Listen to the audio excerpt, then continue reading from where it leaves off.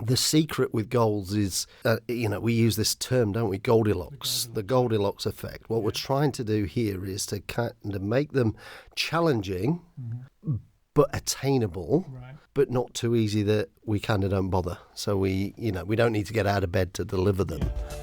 The question is from Thinking Focus. Hello, I'm Rob. Hi, I'm Ricky. And the question today, Ricky, is what happens when we have unrealistic goals? Well, I imagine that's quite tough if we think it's unrealistic. Well, because of the impact that it has on our sense of achievement, our level of confidence, the fact that we're already under the cosh. If you think it's unrealistic, you just don't believe you can. Have you given up before you start? Yeah. Why bother? Okay. Because an unrealistic goal really is, and to be fair, I've had quite a few of these in my career where I remember moving from one organisation to the next. I worked in financial services, and I worked in a very sales-focused organisation, and from a productivity perspective, my team would create lots of leads. Right. And then when I moved to a smaller, more regional building society as it was, I thought, well, I'll just apply the same logic and, this team will be able to do the same thing. They'll have the same conversations. And I ended up absolutely screwing myself over in terms of an unrealistic goal. I didn't know it at the time, but of course it becomes very evident when you're tracking your progress and all of a sudden you're thinking, well, how do I even motivate my people around this? My bonus is linked to this. My performance evaluation of my people is linked to this. All of that was playing out. Right. And of course they're going, it's unachievable. Right. It's unachievable. We can't do it. So that's going to play out, of course, in terms of how they behave, how they respond. Is going to play out in that, isn't it? Well, they're going to be. I mean, you're talking about motivation there. They're going to be demoralised, around the whole thing because there's this sense from the fact that the goal is unattainable in their view. Why should we bother in the first place? So it doesn't even drive activity then. Because people are just looking at that goal or considering it to be something that you don't even get started on.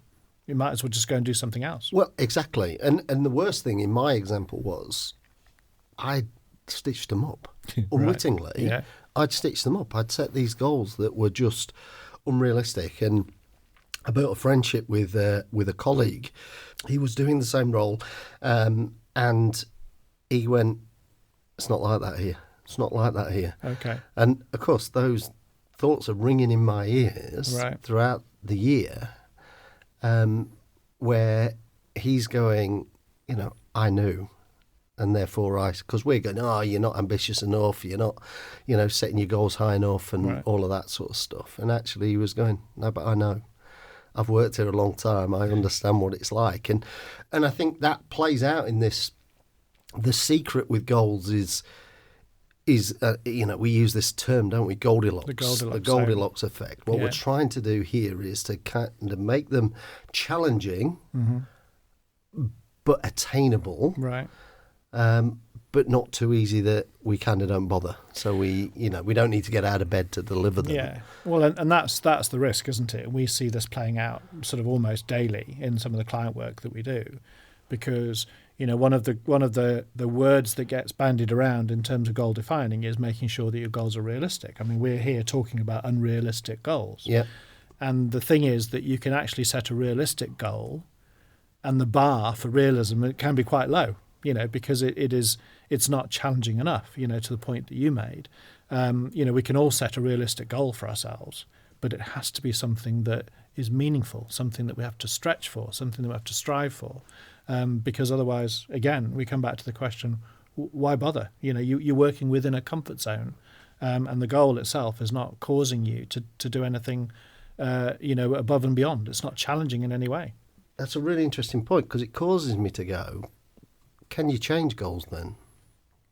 Well, I think you can. But what's behind that thought? Well, if you think about in an organisation, just imagine we've lowballed the goal. Right. How many managers would go out to the teams and say the goals are going up? Mm-hmm. How many managers would be comfortable having that conversation, even though from an organisational perspective, that reminds me of my conversation with one of the chief executives of DHL, and I said to him how he was performing. Oh yeah, we're outperforming everybody, double-digit growth, all of that. I said, that's great. What's the potential? To which he paused and went, and he went 40%. Right. And I said, so you're underperforming then? Mm-hmm. And he kind of went, and I've taken a big breath, big intake of breath here, going, I've just upset a potential client here. Yeah. And he went, yeah, you're right, we are. Right. In terms, and that wasn't about going back to head office and going, we're going to put our targets up. Yes. But actually, you're performing at 10, 12%. Yeah. Congratulations, but there's another 28 to 30% of opportunity that your mindset's not attuned to. Sure. Because if we think at 10% growth, we place 10% growth. If we think at 40% growth, how different is our thinking? How much more creative might we need to be? How much more, I suppose, in Goldilocks terms, do we think that's too much, or do we think that's beyond our reach? Do we think it's unrealistic? Because our mind is conditioned, anchored to 10%. Yeah. And anything around the 10% mark and everybody's happy. And that's clearly not how it works, is it? No. Well, and I think the other part to that for me is that, you asked a question about, so could we up the goal then? Is it possible within an organisation or a team for goals to change? And yes, but there's probably some caveats around make sure that you do it in a way that doesn't stretch beyond the Goldilocks zone, as one piece of guidance. The other part to that is to go, what we're dealing with here is people's sense of belief in their ability to achieve that goal, given the timescale that so are we adjusting the timescale here and still leaving the measure the same? Are we adjusting the measure of the achievement of the goal, but still within the same time frame? There's quite a few parameters that we can mess around with, if you like, to adjust that goal. But it sounds to me like an increase of a goal, especially let's go double digit to 40%, probably needs to be incremental to allow people to realise that they do have the ability to do more than they were doing before, and then do have the ability to stretch a little bit further after that. Because if you suddenly go, we're at 12%, just choosing that double digit, and we're now going to be at 40%, there's no way we're going to do that. So we're not even going to start. You and I have done work in the past where we've basically gone, let's not play the game of literal 40%. Right. Let's play the game of imagined 40%. Yes. Now imagine that 40% was possible. Mm-hmm. What different thinking might you need to do in order to achieve that? And we've seen people go beyond that because they've suddenly thought at a different level in a different way to the problem and challenge before them. Because 10% thinking is different to 40% thinking, is different to 80% thinking. Sure. But we caveat that with this, what's the risk? Yes. Worst case is you land at 10 to 12% what you've always done and you're doing that really well. Yeah. But actually, there's an opportunity here to go bigger and bolder. Mm-hmm. But of course, then you get this mindset that says, well, they'll just increase our targets next year. Of course. So this perpetual chasing the dream, chasing that, which of course, when you're doing that all the time, it feels like, particularly in a sales role, it just feels like you're on a treadmill. Yeah. And the only thing that happens is, the only things certain in life, taxes, death, and your targets going up. They're the three things that tend to play out, aren't they? Yeah, definitely. But and I think the other part to that, and I'm glad you've brought that up, is that over an extended period of time, if those goals, as you say, there's a recognition that they're always likely to increase, yes, but if they're always at such a stretch. And there's a thought that nobody's ever going to be satisfied with our performance. They're always going to put the goals up no matter what we do. There's a longer term consequence of that, isn't there? Because the implication for me is people are going to be overwhelmed. people are going to get to a place of burnout, because how far can you get in trying to raise your goals before people just go, no, I can't do it anymore. Yeah. So there's a longer term risk to all of that if we're constantly on the, if you like, bandwagon of, or the messaging of, these goals are unrealistic. And I suppose the secret to this, though, with the unrealistic bit is not having goals imposed on you, is being involved in the goal defining process. Right. Because, we see this all the time, that we're given goals. We know we're working with a client at the moment where there's a budget figure to achieve, which we're told is non-negotiable. And you go, well, that's great, but your market's changed to the point where 3 key markets can't play anymore. And therefore, do you ignore that, or do you push them to look elsewhere? And you go, well, is that right? And these are questions I don't have the answers necessarily, but is it right? Is it appropriate to just leave this unattainable, believed to be unattainable figure out there because that's what we said we'd do? Yes. Well, the market changed, the landscape changed. Is that not an opportune time to review and redefine the goal? Yeah, absolutely. And it's interesting that because there are stakeholders, nobody wants to go and tell the board that we're we're restating the figure. Yes. Big organisations have to go to market and tell them that they're reforecasting, don't they? And it's the same principle. Yeah. Or you can continue to chase an unattainable goal and still fail. Sure. So the outcome's the same. Yeah. Unless we look at it differently. Do we create a goal that's more attainable, that people are bought into, that people believe is possible, Goldilocks zone, or do we leave them chasing a pipe dream that nobody believes and therefore they'll fail anyway because the belief level, we act in accordance with our beliefs, don't we? No, we do, absolutely. Well, let's talk about that then to sort of, finish this off.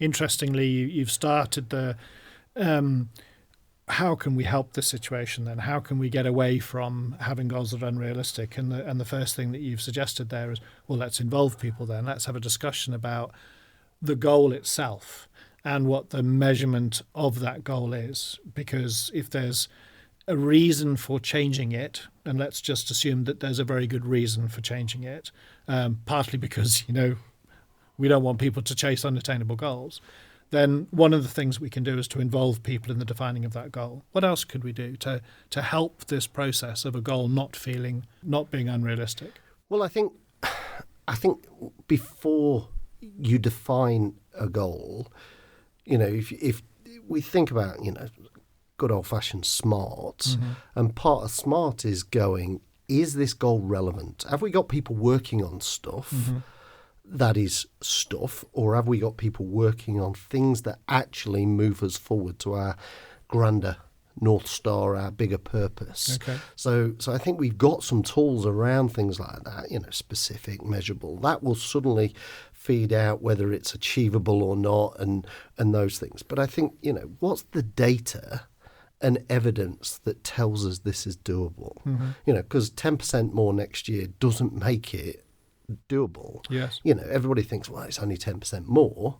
Well, if I work my rocks off to get what we got last year and you're asking me to do 10% more, what has changed in the market, in the environment? And don't get me wrong, I'm not for a minute saying we should determine easy goals, but actually the person needs to be invested in the process. Otherwise, they're going to feel like that goal's been imposed. It's not their goal. If they fail, well, it doesn't matter because Rob told me I've got to do it. So my excuses are already built in. Whereas actually, if I want you to own that, it makes sense that you're involved in the process of defining what's the source of information and data that tells us that is where it's going to be. Like we've got these markets that are limited in potential for one of our clients right now. You go, well, okay, where else could they make up the shortfall? who else could make that happen? So, we would still do some of that creative thinking, but fundamentally, do we understand what we're trying to do? Mm-hmm. Do we understand why it's important for the organisation? And do we understand the size and scale of the opportunity in order to determine a realistic but challenging, just right in Goldilocks terms, goal for them? Yeah. Well, I think what's also interesting that's come out of that whole description, Ricky, is that there's some snippets in there about things to do. So the involving of people, we must do that, which by your description also suggests that what we shouldn't do is give people a goal.